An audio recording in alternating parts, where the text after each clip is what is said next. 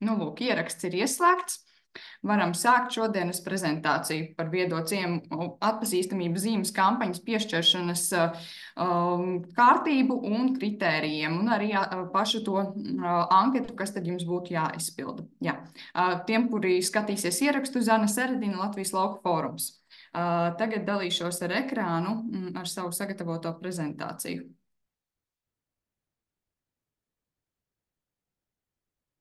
Ja nu gadījumā kaut ko pēkšņi vairs nevar dzirdēt vai kaut kas tehniski notiek, tad lūdzu ziņojiet man, jā. Komentārus arī var rakstīt, bet komentārus droši vien izlasīšu tikai tad, kad jau būšu savu stāstījumu uz beigu daļu veikusi, lai man pašai savus ritmus neiziet no ierindas. Jā, tātad par piešķiršanas kārtību un kritērijiem. Vispār jau sākot par to, kāpēc ir nepieciešams pārmaiņas. Un tiem, kuri jau zina, atpazīstamības zīme ir 3 gadus jau veiksmīgi noritējusi.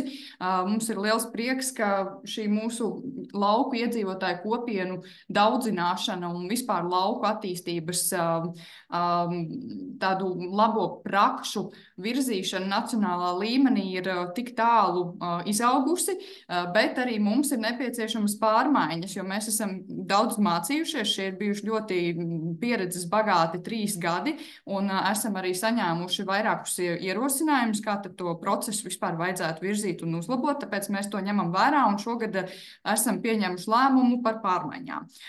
Viens no galvenajiem iemesliem, kāpēc, tāpēc, ka ir labi, ka kopienas ir aktīvas un darbojās, taču, protams, ka ir svarīgi, ka mēs palīdzam kopienām virzīties uz plānotākām rīcībām. Nu, lūk, tad ar šo gadu mēs mēģināsim jums visiem palīdzēt tās plānotās rīcības sagrupēt, sastrukturizēt tās savas ieceres, salikt uz papīru un arī iesniegt mums kampaņas ietvaros.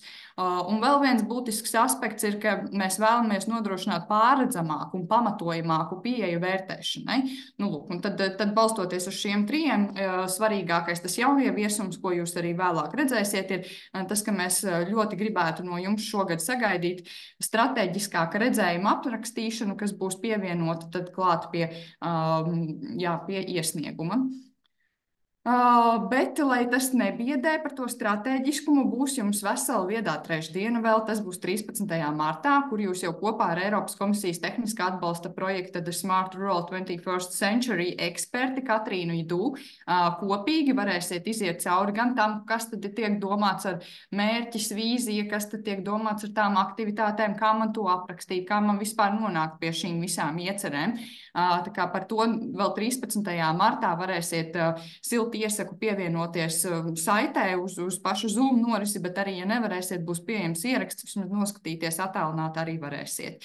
Un tad 20. martā, īsi pirms vēl paša tā mūsu kampaņas noslēguma, mēs noorganizēsim viedo trešdienu ar jautājumiem, atbildēm, kurā tad piedalīsies gan žūrijas pārstāvi, gan Latvijas Lauku fóruma birojas, un tur tad būs pilna iespēja sev visus interesējošos jautājumus vēl uzdot. Jā, pieteikumi jāiesniedz tāpat kā iepriekšējos gadus, aizpildot anketu. Un šī gada noslēguma datums ir 28. marts, līdz kuram mēs aicinām iesniegt savus pieteikumus. Vēl mēs rosinam arī tādu iespēju, kā pieprasīt iepriekšējo gadu pieteikumus tiem, kuri ir bijuši kā iepriekšējo gadu kampaņas dalībnieki. Šogad ir tāda iespēja līdz 20.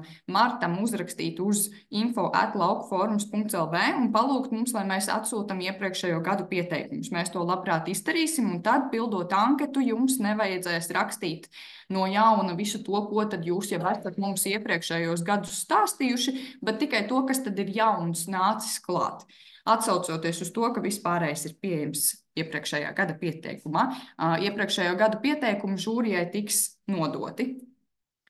Tad izvērtēšana šogad notiks 2 kārtās. Pirmajā kārtā tiks vērtēts pieteikums un tā atbilstība kritērijiem, par tiem tad tālāk vēl pastāstīšu.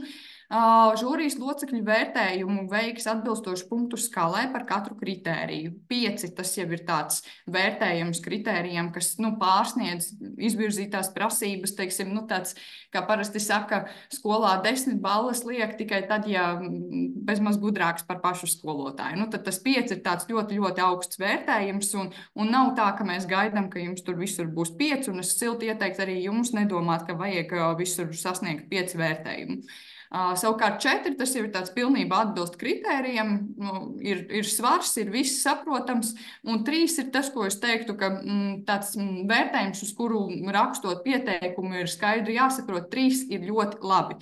3 ir tas, ko mēs šobrīd spējam, 3 visus apmierina. 2 savukārt, tad tur jau kaut kas atbilst daļēji, un 1 ir, ja ir nojaušama konkrēta iezīme. Vienu pieteikumu izvērtēs vismaz 2 žūrijas pārstāvi. Gadījumā, ja mums tur sāksies starp šiem 2 žūrijas pārstāvjiem kādas diskusijas par to, un punktu skaits būs izšķirošs, mēs noteikti pieaicināsim arī vēl kādu trešo vērtētāju, lai nav situācija, ka kādam vai kādu savu individuālu iemeslu vai vienalga kā, tomēr ciemam netiek piešķirti atbilstoši vērtējumi. Tā kā diskusiju mēs turpināsim, ja nu radīsies kādi jautājumi. Un minimālo punktu skaitu saņēmušie pieteikumi tiks virzīti dalībai uz 2. kārtu. Un 2. kārta savukārt notiks tiešsaistē. Tā būs Zoom platformā. Klāt pievienosies Lauku fóruma biroja pārstāvi un būs arī vismaz viens dalībnieks no žūrijas. Un šī 2. kārta ir plānota aprīļa 2. pusē. Un pēc tiešsaistes tikšanām, jūs droši vien arī tie, kas jau zina par kampaņu, zinat, ka bija arī tāda došanās uz vizītēm pie pieteicējiem, lai novērstu to, ka kāds ir apbišots, vai ka mēs tiešām, kā jau arī paši esam biedrība, mēs nevaram, diemžēl, pie pilnīgi visiem aizbraukt, lai cik ļoti mēs gribētu pie jums visiem aizbraukt, tas nav iespējams. Tad mēs šogad izvēlējāmies veidu, kāpēc tiešsaistes tikšanās žūrija ar Lauku fórumu pārstāvjiem mēs apspriedīsimies un sapratīsim, uz kuriem pieteiktajiem ciemiem doties, lai neskaidrību gadījumā uzzinātu vēl papildu jautājumus. Un plānotais laiks šīm vizītēm ir maijs. Savukārt atpazīstamības zīmes pasniegšanas pasākums ir plānots, šobrīd jau varat ierakstīt savos kalendāros 28. jūnijā kopienu perselētas noslēgumā. Īpaši tieši šim veltīts pasākuma moments. Un, lai būtu pavisam skaidrs, turpinās arī tā pati kārtība, kāda bija līdz šim, kad uz atpazīstamības zīme viedais ciems tiek piešķirts uz 3 gadiem. Tas ir augstākais atpazīstamības zīmes līmenis. Savukārt tie, kas ir dabūjuši ceļā uz atpazīstamības zīmi, droši var kandidēt jau nākamajā gadā, bet tie, kuri šajā gadā saņems viedā ciema zīmi, tikai pēc 3 gadiem. Un tāpēc arī šis gads ir īpašs, jo šogad mēs aicinām atjaunot savas atpazīstamības zīmes tos ciemus, kuri 2021. gadā tās saņēma. Vairāk par pašu vērtēšanas kārtību un kritērijiem, par to, ko tad jūs izlasīsiet kritērijos. Ja kāds jau varbūt ir atvēris, saņēmis, iepazinies, tad droši vien zinat, ka tur šogad mums ir pievienots tāda sadaļa kā lietoto terminu skaidrojumi un dažādi papildu izzinoši materiāli. Šos arī silti iesaku pirms sagatavot pieteikumu izpētīt, saprast, pirmkārt, lai saprastu, kādus uzsvarus likt, varbūt labāk iepazīt pašiem savu ciemu, saprast, kas tad ir tie mūsu mērķi un vīzijas pie papildu izzinošajiem materiāliem. Ja jūs paši izstudējat, tad patiesībā var mierīgi iztikt arī bez šīs nākamās viedās trešdienas par stratēģiskumu, jo tur jūs visu informāciju varat iegūt arī no šiem materiāliem. Un tad viens būtisks kritērijs, kurš gan ir jāņem vērā, ka ciems šajā kampaņā tiek definēts tomēr kā tāda kopīga ģeogrāfiska lokācija. Jo, kā jūs noteikti jau nojaušat, kopienas var būt dažādas, tās var būt interešu kopienas, bet tās var būt arī kopienas, kuras vieno kāda ģeogrāfiska lokācija. Lūk, tas, uz ko mēs kampaņas ietvaros tomēr gribam norādīt, ka mums interesē tādas kopienas, kuras vieno šī lauku ģeogrāfiskā teritorija. Un vēl kaut kas ļoti svarīgs, kas jāņem vērā, ja nu kāds ir pārpratis, tad ticiet man, ciems šeit nav domāts kā obligāta administratīvā teritorija. Ciems ir vairāk kā termins, lai norādītu, ka mēs runājam par lauku teritorijām. Ja? Nu, un vēl būs pieejama anketa lejupielādē, lai jums nebūtu jāsāk pildīt šī virtuālā anketa, tad jūs kādā brīdī nevarat pabeigt vai kaut kas ir tāds, ko gribās apspriesties, un tad pazūd viss, ko esat sarakstījuši, lai šādas situācijas nebūtu. Jūs varat lejupielādēt anketu un kopienas ietvaros kādā vakarā visi sasēžoties pie apaļā galda, to anketu arī aizpildīt, izpētīt. Un tad, kad visa informācija jums ir sarakstīta, tad jūs varat arī vienkārši pārkopēt šajā mūsu virtuālajā anketā. Nu, lūk, un tad par kvalitatīviem vērtēšanas kritērijiem runājot. Tie kritēriji, kurus jūs redzat šeit ar melnu krāsu, ir tie paši, kas bija iepriekšējos gados. Nu, nekas nav mainījies. Savukārt ar zaļo krāsu ir kaut kas, kas ir pievienots papildu klāt saistībā ar to, ka šis ir jau 3. gads, un šeit ir mūsu papildu nepieciešamie risinājumi vēl. Bet par šiem katru kritēriju tagad es mēģināšu eksperimentēt, vai man izdosies vai neizdosies. Es ceru, ka sanāks. Es gribēju jums parādīt citādākā formātā. Tūlīt nošērosim ekrānu, lai mēs redzam gan vienu, gan otru. Tā.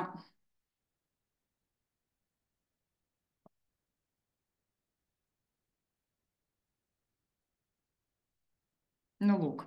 Es ceru, ka ir redzams. Varbūt kāds var man pamāt ar galvu, ja ir redzama gan anketa, gan arī kritēriju sadaļa pa labi. Ja? Un tad kopīgi mēģināsim tagad iziet visam cauri.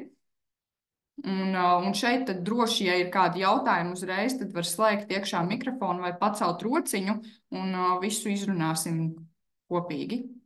Tā, jā, par anketu vispirms. Nu, te, protams, arī jūs varat redzēt, ka arī anketā ir saite uz kritērijiem. Tad atverot anketu, jūs varat uzreiz arī blakus, līdzīgi kā man jau šeit ir, atvērt arī kritērijus.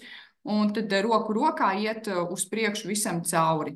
Tātad par kritērijiem piešķiršanas kārtību. Šeit ir šie manis minētie termini, viedais ciems, lauku teritorija, viedie risinājumi, ko tad mēs ar to domājam. Atsaucas uz ministru kabineta noteikumiem 580, kur ir par to, kas tad ir lauku teritorija un viedie ciemi, tur tas viss ir definēts. Un beigās mums ir pievienots pielikums šeit ar noderīgiem materiāliem. Tas ir pirmais pielikums. Un šeit ir tas pats Smart Rural materiāls sagatavots kaut kas no tā, ko tad arī jums Katrīna stāstīs salīdzinājumam, lai jūs saprotat, kā mēs saucam viedais ciems, un savukārt tur ir bākas ciemi, tad ir pārejas ciemi, ko mēs saucam par ceļā uz viedais ciems. Tā kā ar to visu iepazīsieties, sapratīsiet, ka nemaz nav tik sarežģīti un ir ļoti interesanti. Un te otrais pielikums arī pie kritērijiem ir, var izdrukāt arī šādā veidā, pieteikuma anketas paraugs ielikts jums. Nu, lūk, un tagad iesim visam pēc kārtas cauri. Tātad, sākot ar anketu. Ciema nosaukums. Ciema nosaukums droši vien arī kādam var rasties jautājums, vai mēs varam savam ciemam dot nosaukumu tādu, kādu mēs vēlamies. Mums ir bijuši dažādi gadījumi. Es teiktu, ka neviens nav liedzis nosaukt jūsu viedo ciemu par Zanes ciemu, piemēram, bet galvenais ir, lai tas ir ar vienotu geogrāfisko lokāciju.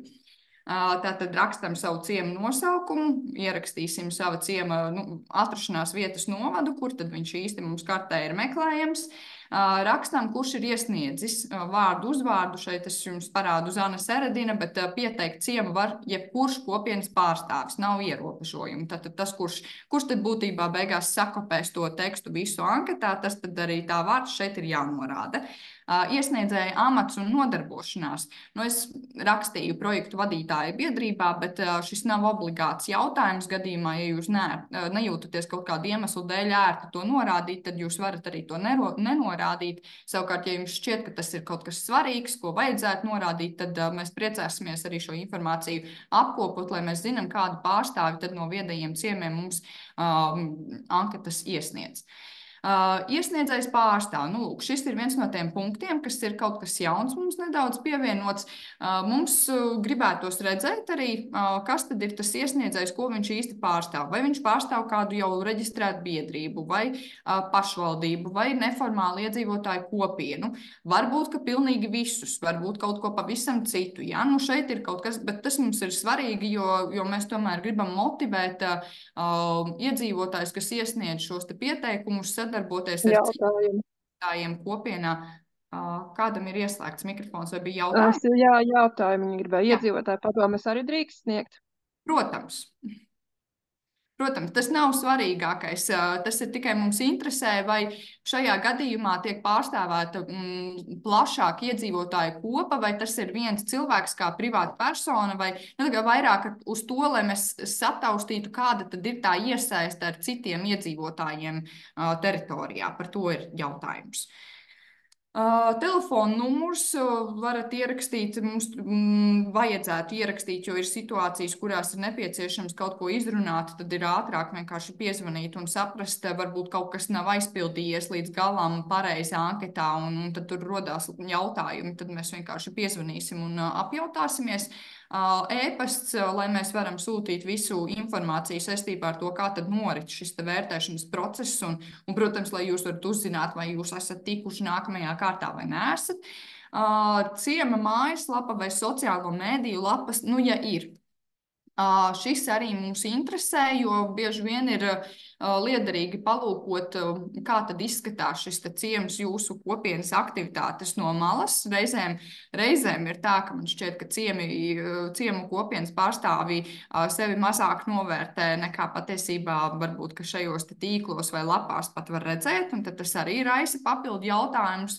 Tāpēc sakām, ka labprāt paskatīsimies, ja nu jums ir ar ko padalīties. Nu jā, un kad šis te viss ir aizpildīts, tad spiežam tālāk un dodamies jau uz kritēriju sadaļu. Šie kritēriji iet paralēli ar kritērijiem, kas ir piešķiršanas kārtībā nolikumā pievienoti. Tad A kritērijas ciema mērķi un nākotnes vīzija. Lūk, jūs varat arī labajā pusē redzēt, ka tie ir tie paši. Šeit ir redzams arī maksimālais punktu skaits katram kritērijam, ko tad žūrija arī izlems kādu piešķirt par to, ko jūs būsiet aprakstījuši. Atķeksējam tos, ko mēs skaidri zinām, ka mums ir, un apakšā savukārt rakstām par katru. Atķeksējām A1, tad pierakstam A1 un paskaidrojam. Atķeksējām A2 un paskaidrojam. Ja? Lai žūrijas locekļiem nebūtu jāmeklē biezā rindkopā atbildes uz abiem šiem te, es domāju, ka jums pašiem vieglāk būs sadalīt un atbilstoši arī aprakstīt, un tad arī jums pašiem taps skaidrāks, ko tad jūs gribat, lai žūrijas locekļi par jums izlasa. Aicinātu neaizrauties ar ļoti gariem aprakstiem visās sadaļās, patiesībā sakot, jo jūs jau saprotat, ka iejusties žūrijas locekļu ādā, mēģinot iejusties to tekstu lasīšanu, garu tekstu lasīšanu jau nepadarīs pieteikumu vērtīgāku. Vērtīgu to padarīs tā saturs. Līdz ar to apsēdieties visi kopā, padomājiet, ko jūs gribat pateikt, sastrukturizējiet un smuki arī sarakstiet. Šis ļoti palīdzēs jūsu kopienas stratēģiskumu pavirzīt, jau pašu anketu aizpildīt kā tādu. Jā, un tad par to pirmo daļu noteikti varat sagaidīt viedo trešdienu kopā ar Katrīnu un līdz tam mēģināt jau paskatīties, kas ir tas, kas jums jau šobrīd ir pieejams. Es zinu, ka ir tādas kopienas Latvijas laukos, kuriem jau ir izstrādāta stratēģija vai attīstības plāns vai jebkāds cits strateģisks redzējums. Šogad mēs arī ļoti gribētu redzēt, vai ja ir tā, tad gatavas var iesniegt, pievienot pielikumos jau gatavas stratēģijas vai plānus. Ja nav, tad brīvā formā, pašizpausmes veidā, kā katram šķiet, ka vajag tad šo stratēģisko redzējumu, kā materiālu mēs ļoti gribētu, ka jūs tomēr pievienojat arī pielikumā. Tad nākamais jautājums ir par inovatīvajiem risinājumiem. Tā ir B sadaļa. Šeit ir četras B sadaļas.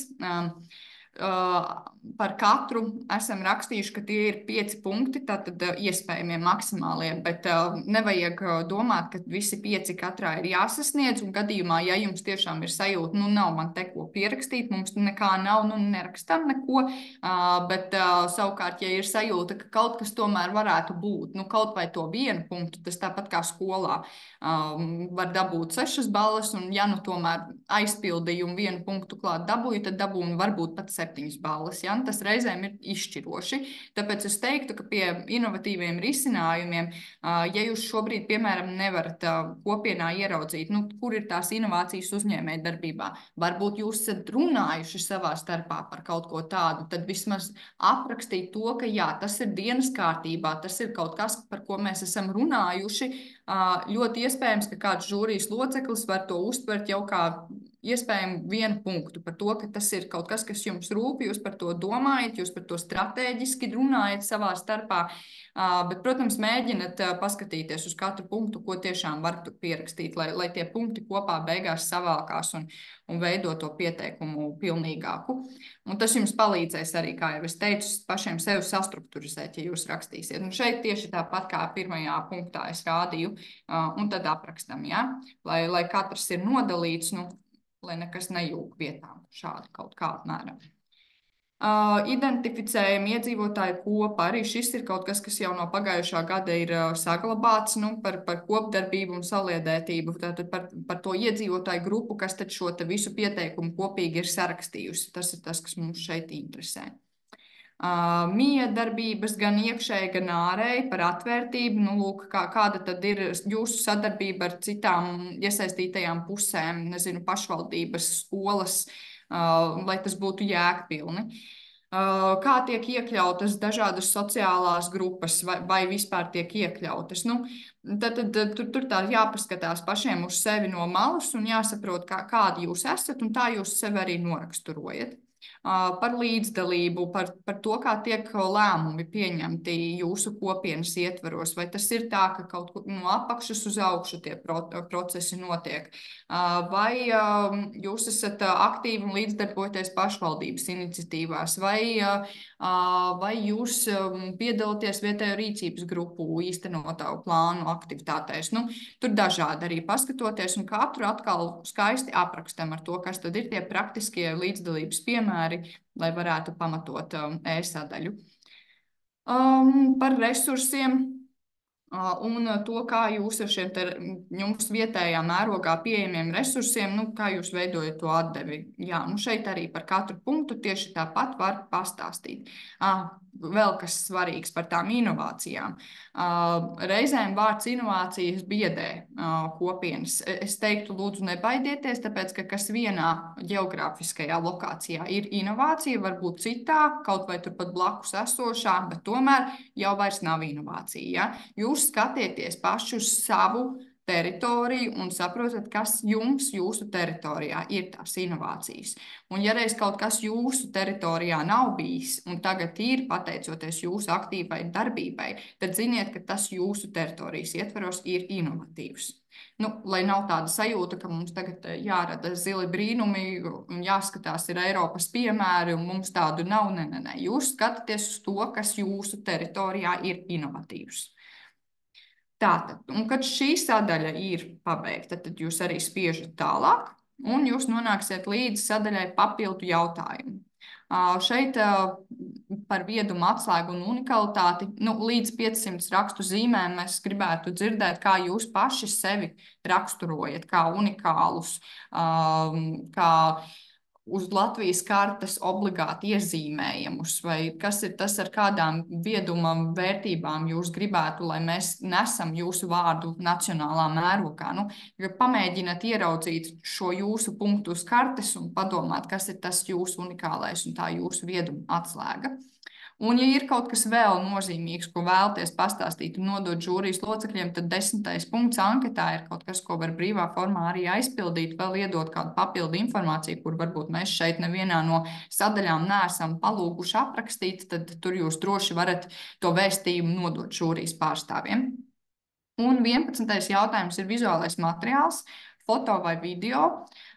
kuru mēs gan aicinātu sagrupēt uz saites kādā no augšupielādes platformām, piemēram, Failiem LV vai Google Drive, un tad nosūtīt uz info@lauku fórums vai nosūtīt. Var arī tā, gadījumā, ja tiešām nesanāk kaut kā tām saitēm tur visu sagrupēt, tad var droši sūtīt arī uz info@lauku fórums LV, bet norādiet, ka tas ir viedais ciems 2023, lai mums nesajūg viss mūsu sistēmas iekšējās. Jā. Un, protams, arī saiti, kurā varētu lejupielādēt jūsu stratēģiju vai tad kādu uzrakstītu strateģiskā redzējuma materiālu, tai brīvajā formā tas arī būtu tad lejupielādējums atsevišķā saitē. Jā, tas ir par pašu to formu kā.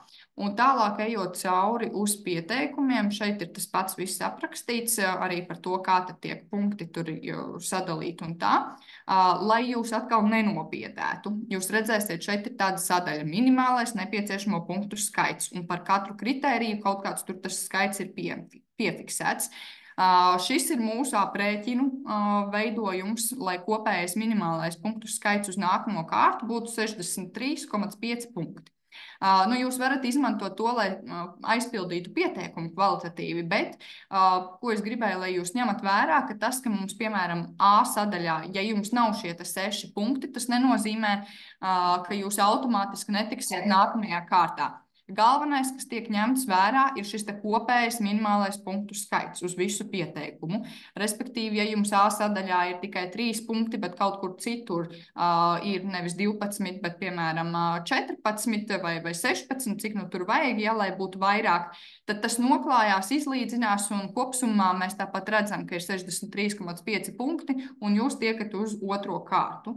Tas īpaši svarīgi pie tām inovācijām, piemēram. Bet tāpēc es arī teicu, tomēr pasēdēt un padomāt pie katra jautājuma, pie katra punkta. Varbūt jums tomēr ir kaut kas, ko jūs varat pateikt, jo arī tas varbūt ir 1 punkta vērts atbildēji.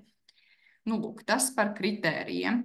Jā, šeit tad jūs varat redzēt arī nedaudz ieskatu par to, kā tā otrā kārta, ka mēs gribētu tomēr, ka tā ir prezentācija no jums, tie, kur tiks uz otro kārtu, prezentācijas ilgums būs 7 minūtes, un pēc tam būs iespēja uzdot jautājumus jums. Lūk, tas šobrīd un visu pārējo mēs jau tā kā izrunājām.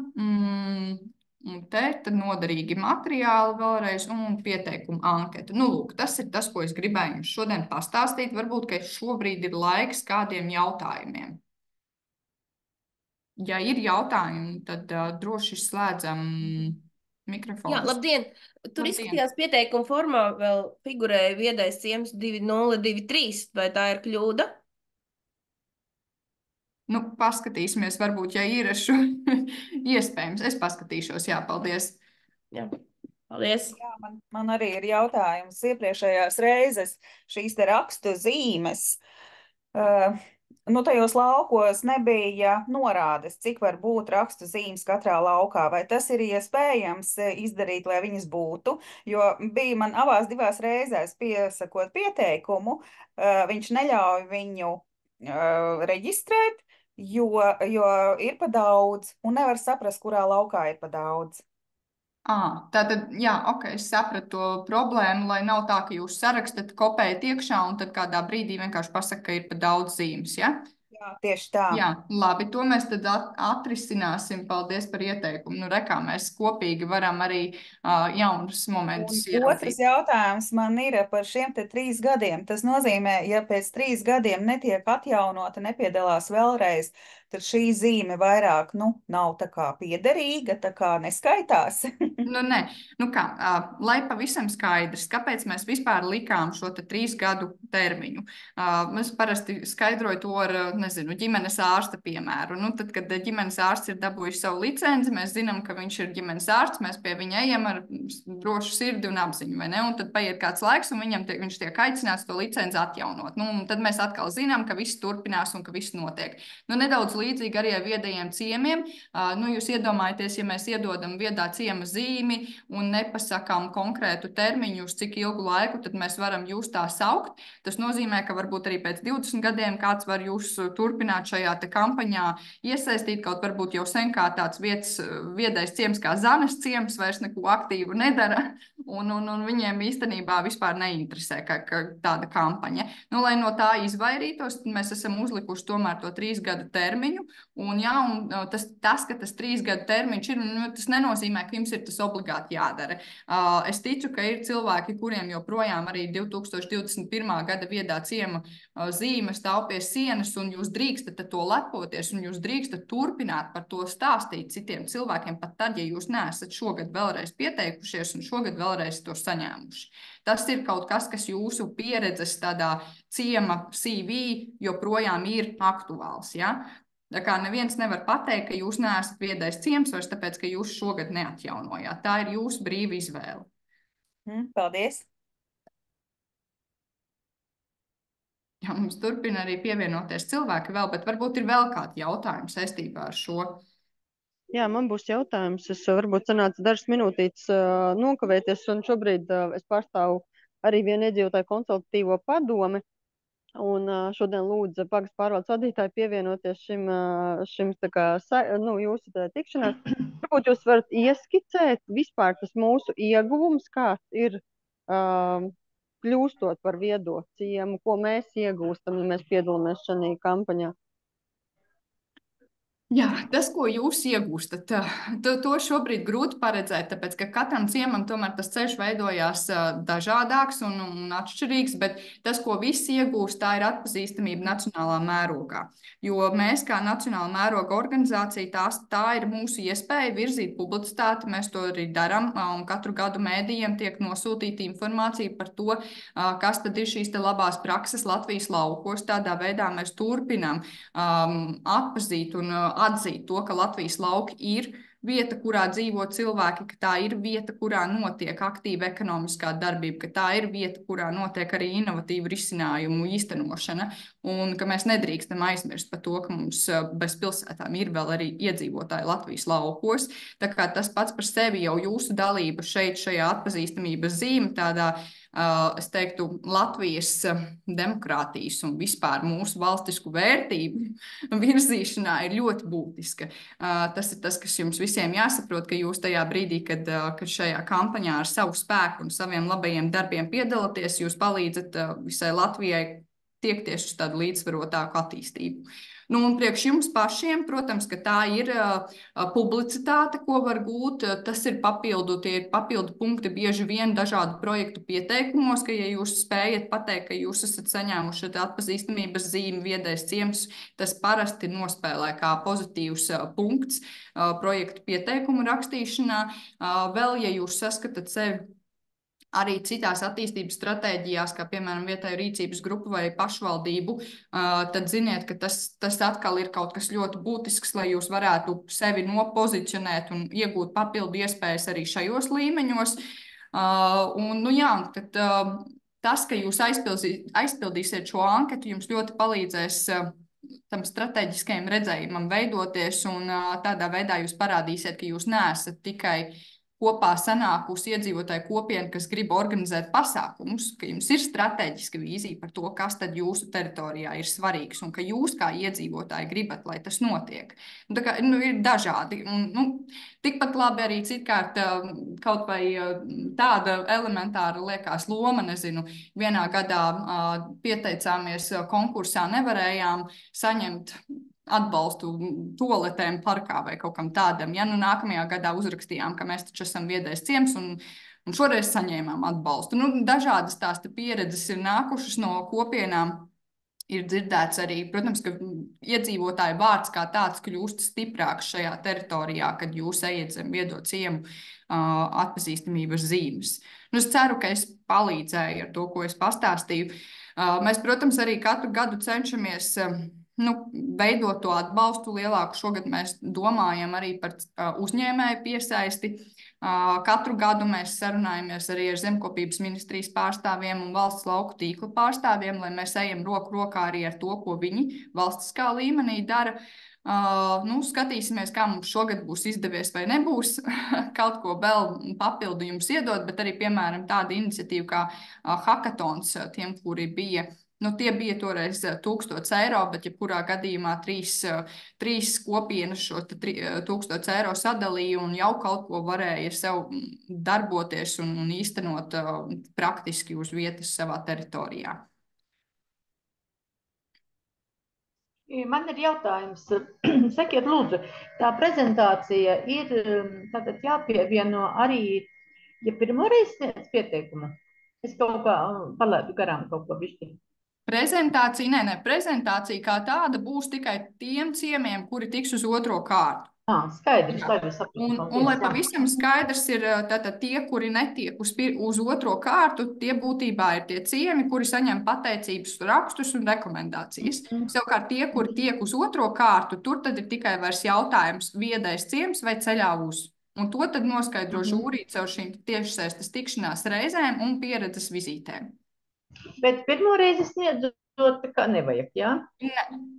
Pirmo reizi nevajag. Paldies!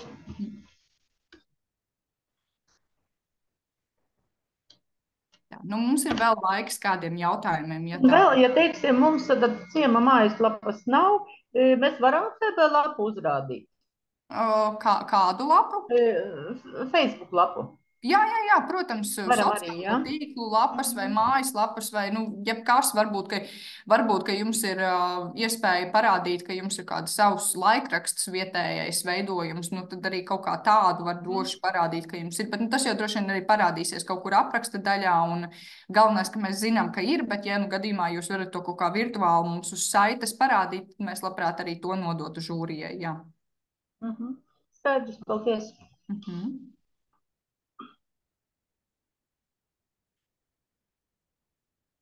Varbūt, ka vairāk jautājumu kādam radīsies tad, kad aizpildīt sāks anketu, un tad līdz nākamajai reizei, kad Katrīna šeit pieslēgsies jau manā vietā, viņai būs sakrājušies jautājumi. Bet pilnīgi droši brīvi jūtaties gan zvanīt man, gan Andai, kura jums pārsvarā droši vien sūta informāciju par viedajām trešdienām, var rakstīt uz info@laukuforums, uzdot jautājumus par to, gan kas ir anketā labāk jāraksta, vai jebko, kas jums interesē šajā sakarā, droši rakstiet, un mēs labprāt palīdzēsim un pastāstīsim vairāk.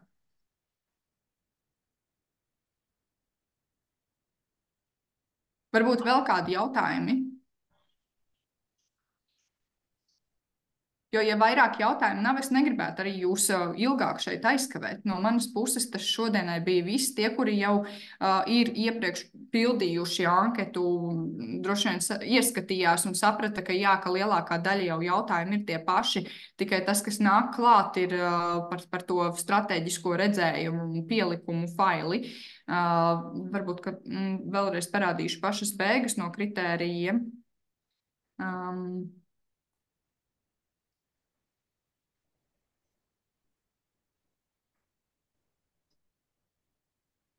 Man tāds jautājums tos kritērijus un anketu, kur var dabūt? Es kaut kā palaidu garām paskatīties. Jā, kritērijus un anketu, ja jūs ieietu laukuforums.lv un uzspiestu uz aktivitātēm, tad jūs redzēsiet, tur būs viens no pēdējiem šiem ierakstiem par viedo ciemu kampaņas atklāšanu. Tur ir gan anketa, gan kritērija un viss kaut kas aprakstīts. Un tas būs šobrīd visvienkāršākais veids, kādā varbūt es varu jau es iekopēšu saiti, varbūt tā būs ātrāk. Čatā ieliksim. Lūk, šeit šajā saitē ir visa informācija pieejama par to. Bet par tiem kritērijiem atgriežoties, es gribēju vēl parādīt, tātad iesniegti. Šie ir tie, ko es teicu zaļā krāsā, tātad kaut kas jauns. Jūs redzat, vai ne? Var pakratīt. Tātad iepriekšējā dalība iniciatīvā tur arī tiek pievienoti 2 punkti, ja gadījumā šis ciems ir jau iepriekš bijis ceļā uz vai saņēmis atpazīstamības zīmi viedais ciems, tad tas arī ir ķeksītis vēl pozitīvs klāt. Ja to ir iesniegusi iedzīvotāju grupa vai reģistrēta biedrība, un mēs to varam no pieteikuma nolasīt, tad tur arī klāt ir vēl 2 punkti, kas nenozīmē, ka, ja pieteikumu ir iesniegusi pašvaldība vai kaut kā vai privāti iedzīvotājs vienalga, ka tas ir slikti. Nē, mēs labprāt redzam pieteikumus arī no šīm mērķu grupām. Savukārt, ja ir iesaistīta iedzīvotāja kopiena, tad tas vienkārši ir papildus svars un tiek piešķirt vēl 2 punkti. Tādā ziņā tas ir domāts. Un tad pie tiem pielikumiem 5 līdz 9 fotogrāfijas, viedo ciemu video, tajā skaitā iepriekšējā gadā iesūtītais video var būt pievienots šajā gadā atkal. Un tad tas brīvā formā aprakstīts strateģiskais redzējums par ciemu attīstību, un šeit ir īpaši tādas sadaļas kā mērķis, vīzija, plānotās nākotnes rīcības. Tas ir kaut kas, ko mēs gan tomēr gribētu, ka jūs tajā kaut vai vizuāli uzzīmētajā strateģiskajā redzējumā mums kaut kā parādat. Šīs ir sadaļas mērķis, vīzija, plānotās nākotnes prioritārās rīcības. Un tiem ciemiem, kuriem jau ir gatavs attīstības plāns vai stratēģija vai kāds cits jūsu strateģisks dokuments, tad mēs labprāt redzētu to, un jums nav nekas brīvā formā vairs jāraksta, jo visdrīzāk šīs stratēģijas vai plāni jau ietver mērķi, vīziju un rīcības. Lūk, tas ir tas, ko es vēl gribēju jums pateikt, lai nepaliek gaisā. Ja, varbūt, ka pēc šī vēl ir kādi jautājumi.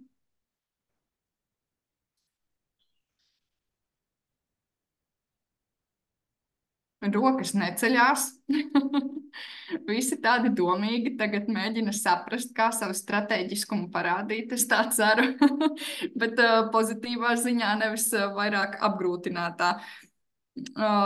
Labi. Ja tiešām jautājumu vairāk nav, tad ziniet, ka var mūs droši trobolēt. Mēs esam tādi, kas labprāt jums atbildēs uz visiem jūsu jautājumiem. Pat tad, ja šķiet, ka muļķīgs, mums tas nebūs muļķīgs. Mēs tiešām ar prieku visas kopienas, kas Latvijas laukos darbojās, novērtējam un gribam, ka jūsu vārds izskan plašākā mērogā un cīnīsimies, lai tie Latvijas lauki mums ir labākā vieta, kur dzīvot, strādāt un atpūsties, vai ne?